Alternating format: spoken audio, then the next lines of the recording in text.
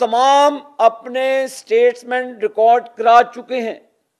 میں کیبنٹ کے وزراء بھی اس وقت بیٹھے تھے. میں نے کئی لوگوں کا بیان میری نظر سے گزرا کہ انہوں نے کہا جی ہمیں تو پتہ ہی نہیں تھا. ایک بند لفافہ آیا, بند لفافے کو کیبنٹ میں رکھا گیا تو وہ انہوں نے اپروو کروا لیا. میں کل زبیدہ جلال صاحبہ کا بھی سٹیٹمنٹ سن رہا تھا کہ انہوں نے کہا جی ہم نے آبجیکشن ریز کیا, جس پر عمران نیازی نے سخت خفتگی کا اظہار کیا. میں آنریبل جج صاحبان سے, ان میں سے کئی لوگ ابھی سپریم کورٹ کا حصہ ہیں, میں ان سے بھی مخاطب ہوں اور ان سے انصاف کا تقاضا کرتا ہوں کہ ایک اسٹیبلش جو جرم, جو اوفینس عمران نیازی پر ثابت ہو چکا ہے, اس کو کسی عدالت کے اندر لے جانے کی ضرورت نہیں ہے.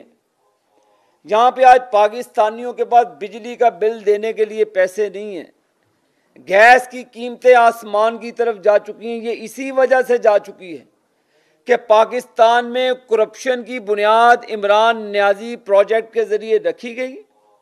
تمام لوٹا ہوا پیسہ سفید کروایا گیا. پھر عمران نیازی کے ذریعے جو 190 ملین پاؤنڈ آیا اس کو واپس دے کر اس کے اوپر بینیفٹس لیے گئے. یہ اوپن اینڈ شٹ کیس ہے, کسی جے آئی ٹی کی ضرورت نہیں ہے. یہ 5 دن کے اندر ٹرائل مکمل ہو تو عمران نیازی کی چوری ثابت ہوتی ہے. یہ چور ہے. جعلی نکاح پہ میں نہیں جاتا, عدت والے نکاح کا میں نہیں پوچھتا, علماء اکرام کو میں بیچ میں نہیں لاتا کہ آپ عدت والے نکاح کو بیچ میں لائیں, کیونکہ اگر عدت کے نکاح کی بات کروں گا تو وہ کہے گا جی میرے پہ ذاتی حملہ کیا, آپ نے تو خاور مانیکا کے اوپر ذاتی حملہ کیا, ان کی غیر موجودگی میں ان کے گھر پہ ڈاکہ مارا. میں نہیں کہوں گا بھئی, بالکل یہ میں نہیں کہتا, یہ آپ کے جو دوست ہیں اون چودھری صاحب نے کہا, اور میں تو ان کی باتوں کو ریپیٹ کر رہا ہوں کیونکہ میرے قائد نے ہمیں گھریلو خواتین کی عزت کرنا سکھایا ہے. کبھی نواز شریف صاحب کے منہ سے یہ کبھی آپ نے گفتگو نہیں سنی, لیکن ایک کام صادق اور امین جو وزیر اعظم پاکستان کا رہ چکا ہو, بے نامی وزیر اعظم, وہ بے نامی ہے, پتہ نہیں کس کس کی بے نامی ہے. وہ اگر عدت میں نکاح کرتا ہے, وہ عدت میں بیٹھا 190 ملین پاؤنڈ چوری کر لیتا ہے, وہ عدت میں بیٹھا توشہ خانی کی چوریاں کرتا ہے, اس کو آپ گڈ ٹو سی یو کہتے ہیں.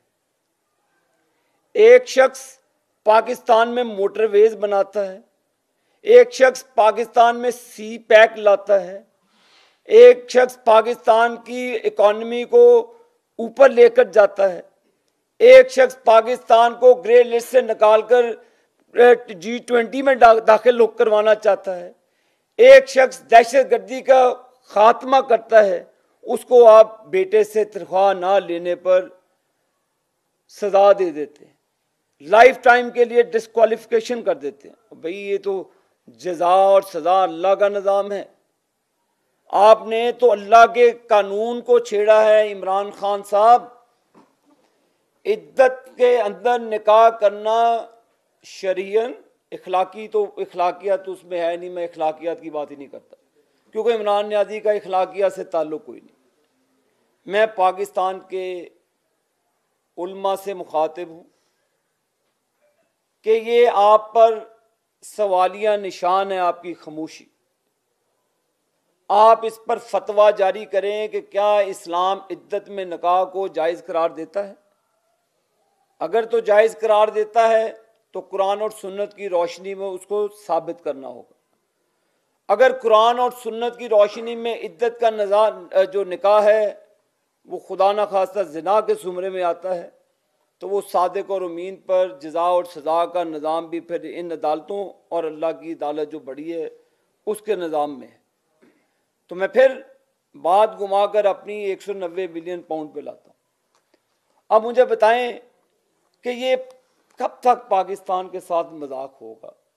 یہ مذاق بند نہیں ہونا چاہیے کہ آپ پاکستان کے غریب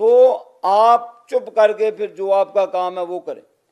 اگر عوام نے آپ کو ریجیکٹ کیا, مجھے ریجیکٹ کرتی ہے, سو بسم اللہ, کوئی آر ٹی ایس سسٹم اس الیکشن میں بند نہیں ہوگا. کوئی نواز شریف یا مریم نواز کی اندر کروا کر محنت ضائع ہونے کی بات نہیں کرے گا. آپ کو صرف تکلیف یہ ہے کہ اس وقت میدان عمل میں نواز شریف صاحب خود ہیں اور مریم نواز صاحبہ ہیں جن کے پاس پارٹی کی کمانڈ ہے. آپ کو صرف تکلیف اتنی ہے, اور آپ کو آسانی سے سندھ حکومت نہیں ملے گی. یہ الیکشنز ہوگا سندھ میں پہلی مرتبہ, شفاف الیکشن ہوگا, اور جو اکثریت آئے گی اس کے ساتھ ہم مل کر چلیں گے. بلاول صاحب, آپ کو ان فیوچر بات چیت کرنی پڑ سکتی ہے. تو سیاسی پوائنٹ سکورنگ کے لیے بڑا ٹائم ہے. پاکستان کی عوام کو وے فارورڈ بتائیں. آپ نواز شریف سے شروع ہوتے ہیں, نواز شریف پہ ختم کر دیتے ہیں. اچھی بات ہے, کریں آپ, لیکن میری آپ سے گزارشات ہیں کہ 15 سال آپ سندھ پر حکمران رہے ہیں, آپ پاکستان کی قوم کو 15 سال کا حساب دیں. اچھا عبدالشیر صاحب, آپ کو علم ہے کہ این سی اے نے ایک خط لکھا ہے سپریم کورٹ آف پاکستان کو کہ یہ پیسے پاکستان کے نہیں تھے, نہ ہم نے پاکستان کی حکومت کے لیے ہولڈ کیے تھے. یہ جو اکاؤنٹ ہولڈر تھا اس نے ہمیں کہا کہ فلاں اکاؤنٹ میں ٹرانسفر کر دیں, ہم نے ٹرانسفر کر دیے. دوسری بات, آپ نے اسی طرح کے الزامات رانا ثناءاللہ صاحب پر بھی لگائے کہ انہوں نے 20 قتل کروائے ہیں. تو ہم کیسے مان لیں کہ آپ کی یہ باتیں ٹھیک ہیں؟ دیکھیں جی, قانون موجود ہے. اگر وہ چیزیں عمران نیازی کی حکومت تھی تو وہ انکوائری کرتا, تو وہ جانتا, تو اس کا معاملہ جانتا. یہ تو ریکارڈ پہ ہے. مسلم لیگ نون نے اپنی طرف سے یہ بات نہیں کی, یہ ریکارڈ پر ہے. وہ پیسہ پاکستان آیا, وہ پیسہ حکومت پاکستان کے پاس آیا جس کا سربراہ عمران خان تھا. فیصلہ عمران نیازی اور اس کی کیبنٹ نے کیا, یہ این سی اے نے نہیں کیا. یہ پیسے عمران نیازی نے واپس کیے, جس اکاؤنٹ میں جس طرح بھی کیے, اس کے عوض کیا بینیفٹس لیے. اس کو القادر ٹرسٹ میں نے تو نہیں دی, وہ برطانیہ نے دی ہے اس کو. مجھے بتائیں کہ اس کی بیوی کو القادر ٹرسٹ کیا این سی اے نے ٹرانسفر کی تھی؟ میرے بھائی نہیں, چور چور ہی ہے, اس کو چور ہی رہنے دیں, اور اس کا احتساب اب کڑا ہونا چاہیے. میں پھر عدالت سے ڈیمانڈ کروں گا کہ اس چور کو سزا دی جائے. میں کہہ دے دیتا تھا انہوں.